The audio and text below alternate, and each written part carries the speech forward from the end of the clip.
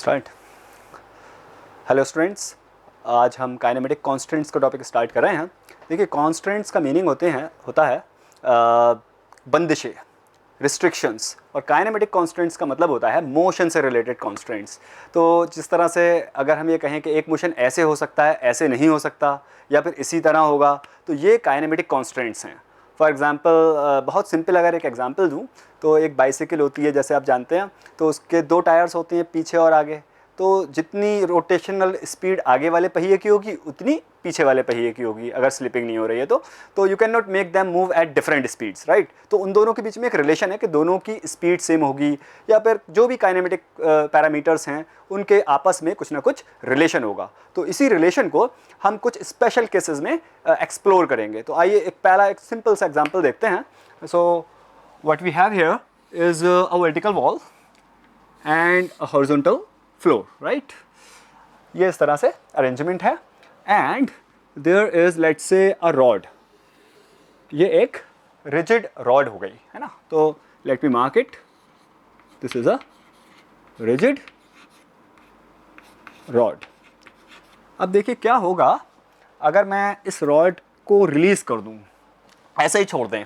Suppose करिए friction less है, तो ये रॉड जो है वो धीरे धीरे ऐसे करके स्लाइड होगी।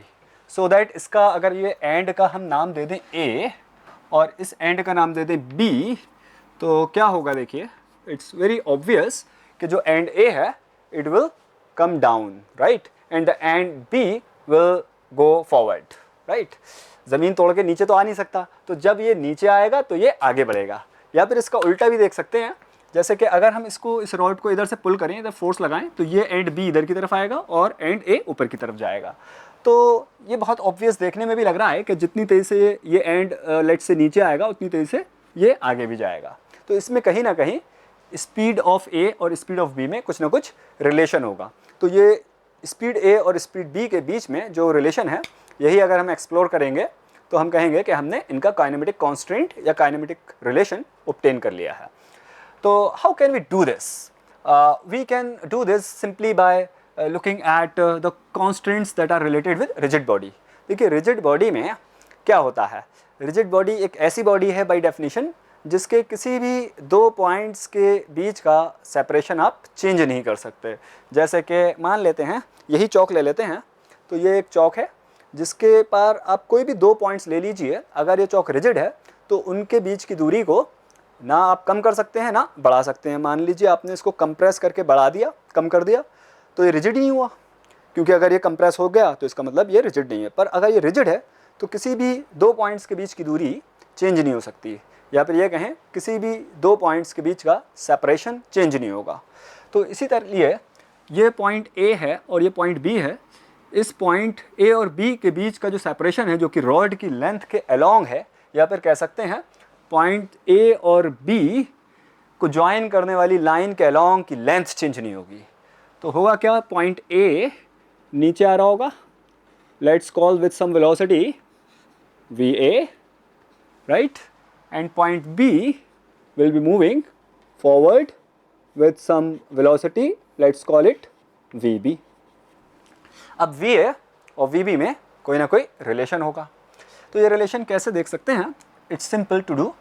देखिए, पॉइंट ए और पॉइंट बी की वेलोसिटी सेम होगी ऐसा मेरा क्लेम नहीं है। Point A point B can have different speeds, लेकिन पॉइंट ए की वो वेलोसिटी जो कि इस रॉड वेलोसिटी का वो कंपोनेंट जो रॉड की लेंथ के अलोंग है, वो कंपोनेंट, और पॉइंट बी की, इसको थोड़ा एक्सटेंड कर देते हैं, और पॉइंट बी की वेलोसिटी का वो कंपोनेंट जो कि रॉड की लेंथ के अलोंग है, यानी कि ये कंपोनेंट, वो दोनों सेम होंगे। तो लेट्स से ये इस समय थीटा एंगल बना रहा है।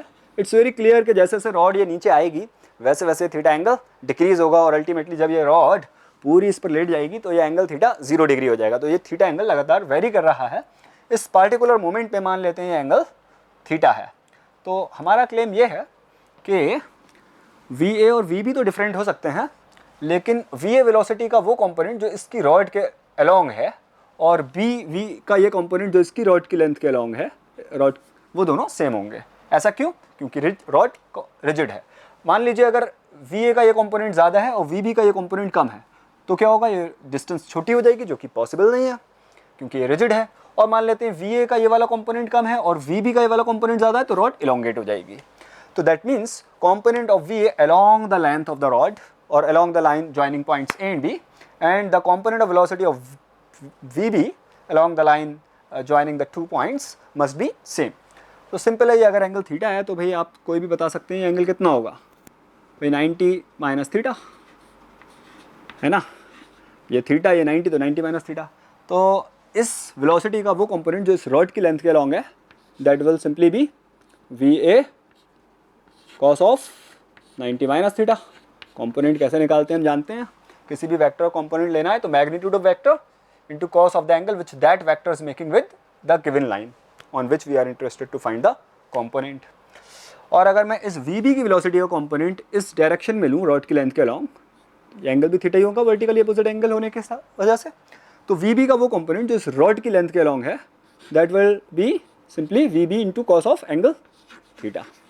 And we are saying that these two components along the length of the rod must be same।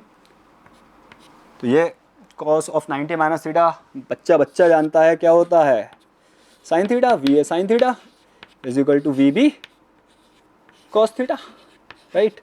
You can bring cos theta here so that VB is equal to VA sin theta over cos theta, which is tan theta। So this is the constant relation between speed of A and speed of B। तो इसमें हमने simple rigid body का ये constant लगाया है कि rigid body के किसी भी 2 पॉइंट्स की वेलोसिटी उस 2 पॉइंट्स को कनेक्ट करने वाली लाइन के अलॉन्ग सेम रहती है। अच्छा, इसी तरह से एक हम और एग्जांपल देख सकते हैं। ये तो पहला एग्जांपल हो गया हमारा, देखिए, जिसमें कि एक्चुअल में वो रिजिड बॉडी तो नहीं है थ्रेड, लेकिन उसमें रिजिड बॉडी की तरह निकल के चीज़ें आएंगी। कैसे, देखिए, let's check for second example. इस बार हमारे पास एक पुली है, समहाउ ये लाइट से इधर से हैंग कर रही है, ठीक है ना, और इस पुली से स्ट्रिंग पास हो रहा है, और मान लेते हैं ये स्ट्रिंग जो है किसी ब्लॉक से कनेक्टेड है। मैं इस ब्लॉक को ब्लॉक 1 बोल देता हूँ, और ये पूरा सामान जो है, ब्लॉक जो है, वो एक हॉरिजॉन्टल सरफेस पर रखा हुआ है, ठीक। और स्ट्रिंग का दूसरा सिरा इस पुली से होता हुआ एक दूसरे ब्लॉक से कनेक्टेड है। I call this block 2। Block ए और ब्लॉक 2 दोनों ही हॉरिजॉन्टल सरफेस पर रखे हुए हैं इस तरह से, ठीक है। और ये हमारा वो स्ट्रिंग है जो कि इन दोनों ब्लॉक्स को कनेक्ट कर रहा है। अब मान लीजिए कि ब्लॉक 1 जो है उसको इस डायरेक्शन में वेलोसिटी V1 दे दी जाए। V1 वेलोसिटी से ब्लॉक इधर की तरफ मूव कर रहा है, तो जब ब्लॉक 1 इस डायरेक्शन में मूव करेगा तो ब्लॉक 2 कैसे शांत रह सकता है, क्योंकि स्ट्रिंग तो को अपनी लेंथ चेंज करेगा नहीं, इनलास्टिक स्ट्रिंग है। तो जब ये ब्लॉक 1 इधर की तरफ जाएगा तो ब्लॉक 2 भी आगे की तरफ जाएगा, और ब्लॉक 2 का जो मोशन पॉसिबल है वो केवल और केवल हॉरिजॉन्टल डायरेक्शन में पॉसिबल है। तो ब्लॉक 2 के पास कुछ वेलोसिटी इस डायरेक्शन में आ जाएगी, लेट्स कॉल इट V2।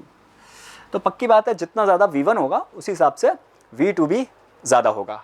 पर V1 और V2 में अगर कोई हमें रिलेशन पता चल जाए तो हम कहेंगे कि हमने इनके काइनेमेटिक कॉन्स्टेंट ऑब्टेन कर लिए हैं। तो देखिए क्या होगा।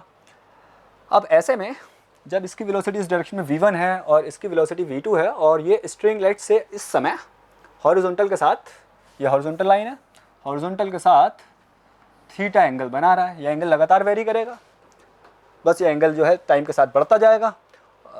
जब ये एंगल पूरा ये इसके नीचे आ जाएगा उस समय थीटा 90 डिग्री हो जाएगा। तो फिलहाल अभी थीटा जो है वो 90 से छोटा है, ये इससे पीछे है। तो फिर से वही कंस्ट्रेंट कि इस पॉइंट की वेलोसिटी का वो कंपोनेंट जो कि स्ट्रिंग की लेंथ के अलॉन्ग है, और किसी भी स्ट्रिंग पर कोई पॉइंट ले लें, ये पॉइंट इसकी वेलोसिटी का इस डायरेक्शन में कंपोनेंट है, सब जगह सेम होगा। यानी कि V2 का जो कॉस कंपोनेंट है वो बराबर हो जाएगा V1 के। So this is the second constant.